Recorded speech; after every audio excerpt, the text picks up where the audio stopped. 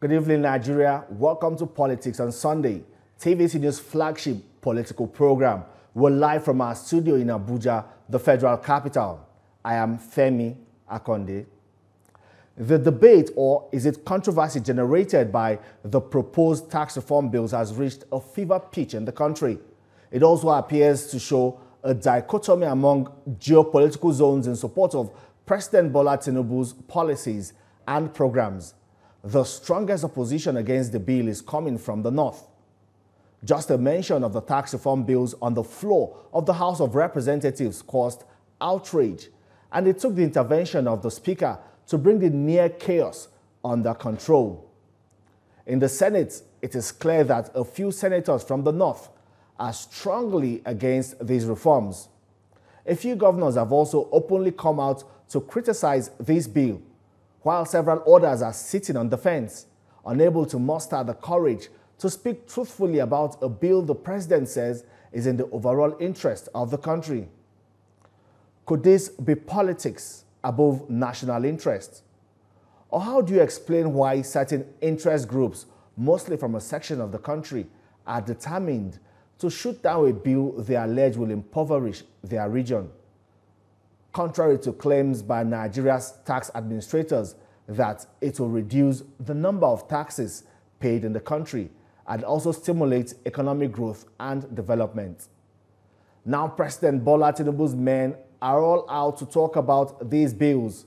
They are also out to bust the myth surrounding it by clearly explaining that it is a progressive bill that will stimulate economic growth. In all of the content of the bill, the most contentious is a new VAT derivation model where 60% of VAT revenue standing to the credit of states is shared based on derivation, while 20% is shared based on population sizes and the other 20% is shared equally among the states. Most importantly, VAT revenue from the new derivation model will no longer be attributed to the place of remittance, which is usually the headquarters of companies, but attributed to the actual locations across the states where the consumption of goods and services took place.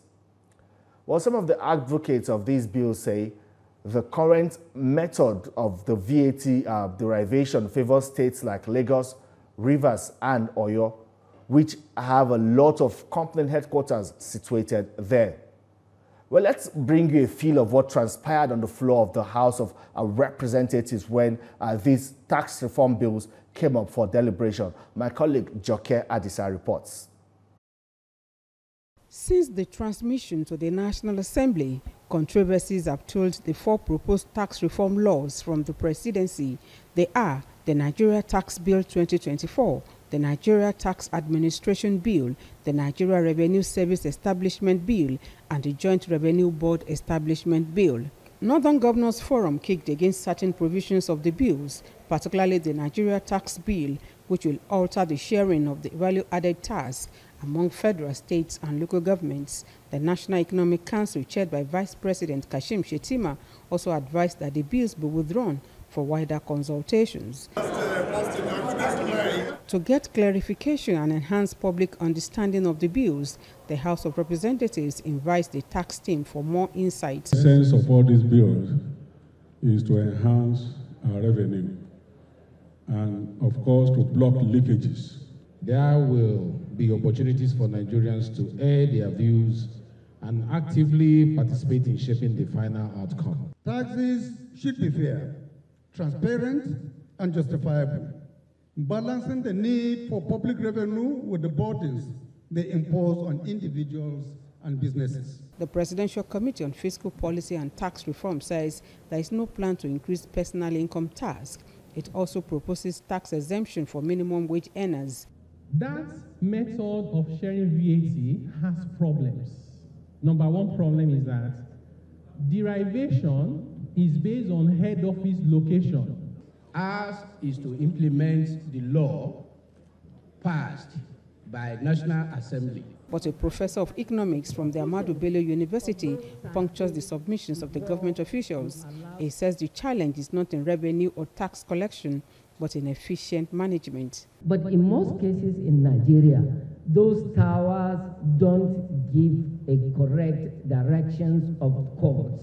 That's why you cannot even track bandits. Welcome back. Well, we're discussing President Bola Tinubu's proposed tax reform bills. And my guest today in the studio, joining me live on set, is the Secretary to the Government of the Federation, Senator George Akume, to give perspectives into the proposed tax reform bills and other reforms President Tinubu's administration says are necessary. Welcome to the program, sir. Thank you. But first, let me ask you, are you surprised about the interests these tax reform bills are generating, especially the resistance from certain quarters? Thank you very much. In every civilized society, there is always something that will generate some intense interest. So ours is not an exception. Nigerians are very spirited people. They like to make comments on public issues. They like to talk. But sometimes it is always good to study very carefully an issue before you can make informed comment. Tax reforms are new in this country. For the past 50 years, nobody has made any attempt whatsoever to reform our tax system, in spite of the fact that the laws have become archaic, they're out of date, so there was this need to modernize the tax system and to ensure maximum value for what we can generate for the benefit of our people.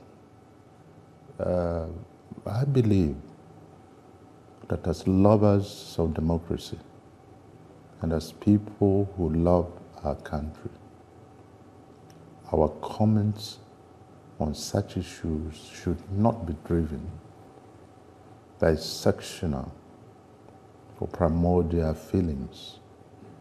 We should try as much as possible to look at these bills in terms of their intent, in terms of their purpose and meaning, and in terms of their credibility, so that at the end of the day, all of us will once again sit down as Nigerians and celebrate these laws. But have you listened to the arguments against the bills? We've heard people say it is, and these people who are arguing against the bill now say they have also seen the bill, and they say it is against the interests of their region. That's why they are opposed to it, and they feel like it should be withdrawn. No, I don't look at it from that way. When you say the bill, people say it's anti a certain section. Maybe I come from that part of that section. You are also from the north. From the north, and I am 100% supportive of these bills. These bills follow the normal process before they were finally transmitted to the National Assembly for legislation. People who are arguing against this bill, most of them have not read the bills. These bills were brought in through the FEC, the Executive Council, from there, then very well drafted to the support of the Attorney General, and then finally sent to the National Assembly. The bill is not against any section of this country. Rather, the bill, as the president wants, is pro-North, is pro-poor, it's pro-poor. Those who are earning less than 800,000 per annum are exempted from pay. and it is also pro-growth. Those who are the small businesses whose revenues are below 550 million naira will not pay company tax. And education, hospitals, and so on are exempted from VAT, from payment of VAT. So you see, it is, if we say it is pro-poor, that doesn't mean that there are only poor people in the South. We have poor people across the country. So this bill is nationalistic. This bill has nothing to do with any one section of this country. It's not proposed against the North. I am also a Northerner. I've taken time to read some of these bills. Yeah, there is quite a lot that has been proposed in this bill. Some of these issues I have just mentioned. I have spoken to quite a number of notable Northerners, and they're not against this bill. But you see, sometimes we try to play it to the gallery. No, it is against it. We will not accept. In a democracy, no matter how difficult, no matter how tough the problem is, it can always be solved through consensus. We build up consensus to solve problems. Yes. As much as you said in a democracy, everyone will have their say now. Yeah. These people who are having their say against this bill, you are telling me now that they do not speak for the North. I am saying that people have their own personal agenda. There are others who are attacking the bill purely from the perspective of opposition politics. It is coming from the party in power, and therefore we have to attack it in order to garner support, so to say, garner in bracket for 2027. And that is so. It is so really that, whether they're speaking, well, some of them may claim they're speaking for a particular section, but the truth is, I have also spoken to notable Northerners, and they're not against this bill. Some of them are religious people, leaders. Others are senior citizens of Nigeria from the North. So my candid advice would be that the final analysis will be going to the National Assembly, and therefore, if they have any comment to make, they can put it down in writing, or whenever Assembly decides to hold public hearing, they can make their views. But to say, no, let us go on protest, it doesn't help the cause or peace at all. And it will never dampen the spirit of those who are supportive of this bill. I don't want us to create this impression that we Northerners are being victimized by the bills. That is not what is in the bills. We have to be careful about this. Every section of this country is going to benefit. If you look at the fact, even on the issue of VAT, where federal government was taking 15%, in the present arrangement, federal government has dropped 5% out of 15, added to the state. So that the state governments now have to benefit. Their benefit is about 55%, while the local government would take 35%. So you see, in this arrangement, we have even more local governments in the North. We have more states in the North. So you see, more monies will be going to them as well. So basically, what I'm saying is, let's give the bills a chance. Let's see what comes of it. And I believe in the final analysis, these bills are going to do what? To propel the economy to prosperity and enhance fiscal sustainability. What could be the problem why it appears people don't understand the content and purpose of this bill? Is it a lack of communication, or probably the consultation was not wide enough before these bills were sent out? Well, I don't think there is a lack of communication here. as I said earlier on, that the whole process was followed before the bills came to the Federal Executive Council. And in the course of preparation of these bills, a lot of consultation was also heard. And maybe not wide enough. It was. And you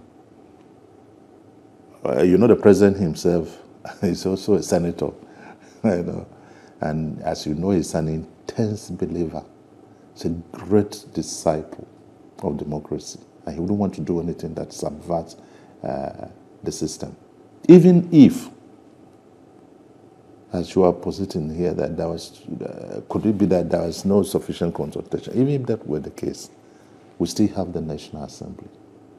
All states are represented in the National Assembly. And so they will also have a say, they will also have an input into this. But basically, when you look at it, you don't need to just say, look, no, this is this. If you read it carefully, you know it is really, really determined to generate more revenue. And a situation where the big guys pay more, while the poor pay very little. Just like what the Democrats do in the United States of America. So when we say this is pro-poor, it's very true. Sawaju himself said he's not going to tax poverty. He intends to recreate the economy, grow the economy for the benefit of the Nigerian people. So that once this is properly implemented, once these bills become law and they're properly implemented, and the way to implement properly is there, then it also lessens our dependence, over-dependence on oil. Those who are commenting on the bill should say, look, ask them how many of them have read it, which are the sections, which section do you disagree with, and so on. So they may not be able to tell you. People say there's a sense of distrust in government policies, plans, and programs. Take the fuel subsidy removal, for instance. For example, people had expected that, when President Tinubu said fuel subsidy is gone, and with the promise that it's also going to help stimulate economic growth, a lot of people gave the administration that benefit of doubt, but it came with some form of hardship. And now with these tax reform bills, people are saying that it seems maybe once bitten, twice shy. We know what we experienced with the subsidy removal, and this tax bill, people are a little bit cautious about it. Well, fuel subsidy regime has always been a thorn in the flesh of every government in this country since we returned to participatory democracy in 1999. Every president had toyed with the idea of fuel subsidy removal.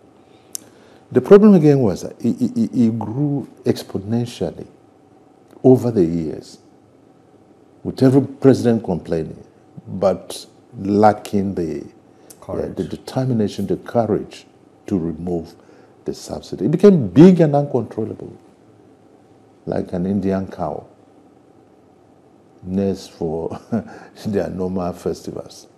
So I was talking to Professor Orama, one of the best development economists you can find in the world, who is the president of Afrexim Bank. Yeah. He told me that was the best decision President Bola Tinubu took in the oil industry. So that it came to a point where Nigeria could not pay for the cost of import of petroleum product for Nigeria. Nigeria had to approach him finally because all the other banks said we had reached our allowable limit. They wouldn't give us any credit line. So he had to step in to do it. So that was the best decision that was taken. I'm not an economist, maybe a motor park economist, so I believe that what Roma and many economists have stated is true. I also have a small team. They're very experienced people. Some of them are young, but very talented. They made comments on this, the best decision as far as this was concerned. How many people were benefiting from that? You see, a few people were benefiting from fuel subsidy. Well, let's talk politics now. 2027 is still more than 2 years away, but it appears as if the campaign or the build-up to that time is already gaining momentum in the country. We have seen different groups forming alliance and different coalitions coming up now. Some might metamorphose into political parties, and what their aim is to take power from the APC in 2027, especially to unseat President Bola Tinubu in 2027.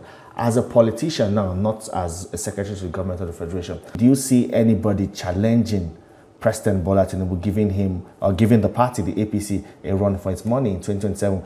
Well, there was a time we had over 60 political parties. Well, this is democracy and people are entitled to their views. People have a right to form alliances, but my candid advice to my people in the North is this: as you form your alliances, okay, fine. Make sure your candidates are also from the South. Why? Because power had been domiciled in the North for too long, since independence. It was time for power to shift to the South. And they said the annulment of June 12 had complicated the whole thing. Therefore, we must support power shift to the South. And today, this was what I said at the convocation of Nai University, where I was given an honorary doctorate. Appeal to my brothers in the North to wait till 2031 to run for presidential election. It is not yet the time for the North to throw in the hat in the ring. It's not yet the time. Yeah, from all indications, especially on the side of the People's Democratic Party, it appears as if, if Alhaji Atiku gets his way. It's not yet time of the North. This has been my appeal to them. Let us not destroy our country because of personal ambition. If it is the will of God, at 90, you can still be president of this country. If it is not his will, you will never be. But my advice, and this has been consistent, is that let us not rock the boat. Let us allow this power to reside in the North, in the South for 8 years, and from there it will come to the North. To do otherwise, honestly, is to destroy this country. When President Obasanjo was on the throne, and there were attempts, to impeach him, I issued a statement quickly. If you impeach Obasanjo, you impeach Nigeria. Because that wasn't the agreement we had. Impeach him so that the Northerner will take over. No, that would not be correct. So you are not against groups forming alliances. Your position is that whoever they bring forward as a candidate must be from the South and not the North. Then that candidate will also be defeated by us. Nobody should deceive you that we have lost our destiny, our goodwill. We haven't. No government would have done better than what we are doing. Well, I listened to a podcast from a colleague where he was speaking with a member of the All Progressives Congress, and he asked him if the elections were to be conducted today, as it were, does the APC stand a chance of winning? And he expresses doubts. That is his personal view. But election was conducted recently in Edo. We won. Election was conducted in Ondo recently. We won. Maybe the presidential election. What is presidential election? What is different from this thing? Incidentally, the policies of government are impacting. They have started yielding fruit. All this issue of, okay, I am governor of Ondo State, and then when it comes to presidential election, I will not campaign for my president. I will go and campaign for some other person somewhere to win. It will be very funny. And I have no doubt in my mind that we are going to win, round and square, according to Adamochirom. When you say Abiola won, round and square. So we are going to win again, round and square. It's not that we will lose. If we were to lose, we would have started losing government elections, state elections. These are major elections too. You know, speaking about some people not being happy, you know, I've also listened to some members of your party who feel left out after campaigning and helping the party win election. You know, they feel left out in the scheme of things. Some of them say, you know, some of these appointments being announced are given to people who were not part of that campaign or who even never believed in President Bola Tinubu's agenda and did not even promote it, but they are now benefiting. Well, Bill Clinton once said in his book, My Life, I think, he said, look, after the election, the most critical thing you will face is what? Governance. Assembling a cabinet. Yeah. How do you balance this? Technocrats and politicians. You need politicians, technocrats and politicians. And I think what our government has been doing is to try to have a mix, technocrats and also politicians. It is not yet late for people to be accommodated. It's coming gradually. The list is coming out in bits. So you admit that those concerns are genuine? Not everybody is left out. Obviously, yeah, I mean, those who work for Tinubu, President Tinubu, I don't know whether they should be over 500,000 or that. So how many positions are in government to accommodate everybody?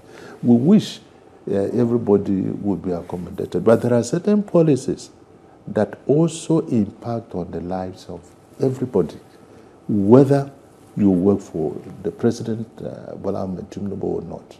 You are a Nigerian citizen, and his policies will have some positive effect on you, members of your family, and your community as well. If you look at the road construction, which is going on in the country, whether you're talking about Lagos, Calabar, you're talking about Sokoto to Baghdad, these are major, these are landmark, signature projects.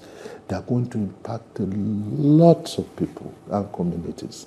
So it's not necessarily that you have a position in government. Even if you don't have it today, tomorrow you have it. You know, or your son will have it. The sky is the limit. And so I believe in that. All this is initial ground. We arrive at amicable solution. All right, then. We've arrived at the end of our program today. Thank you so much, Secretary to the Government of the Federation, Senator George Akume, for your time on the program. And our conversation has been on President Bola Tinubu's proposed tax reforms, a litmus test for the Renewed Hope agenda. And that's all on the program this week. You can see this episode again on TVC News YouTube channel. Thank you very much for watching. I am Femi Akonde. See you next time.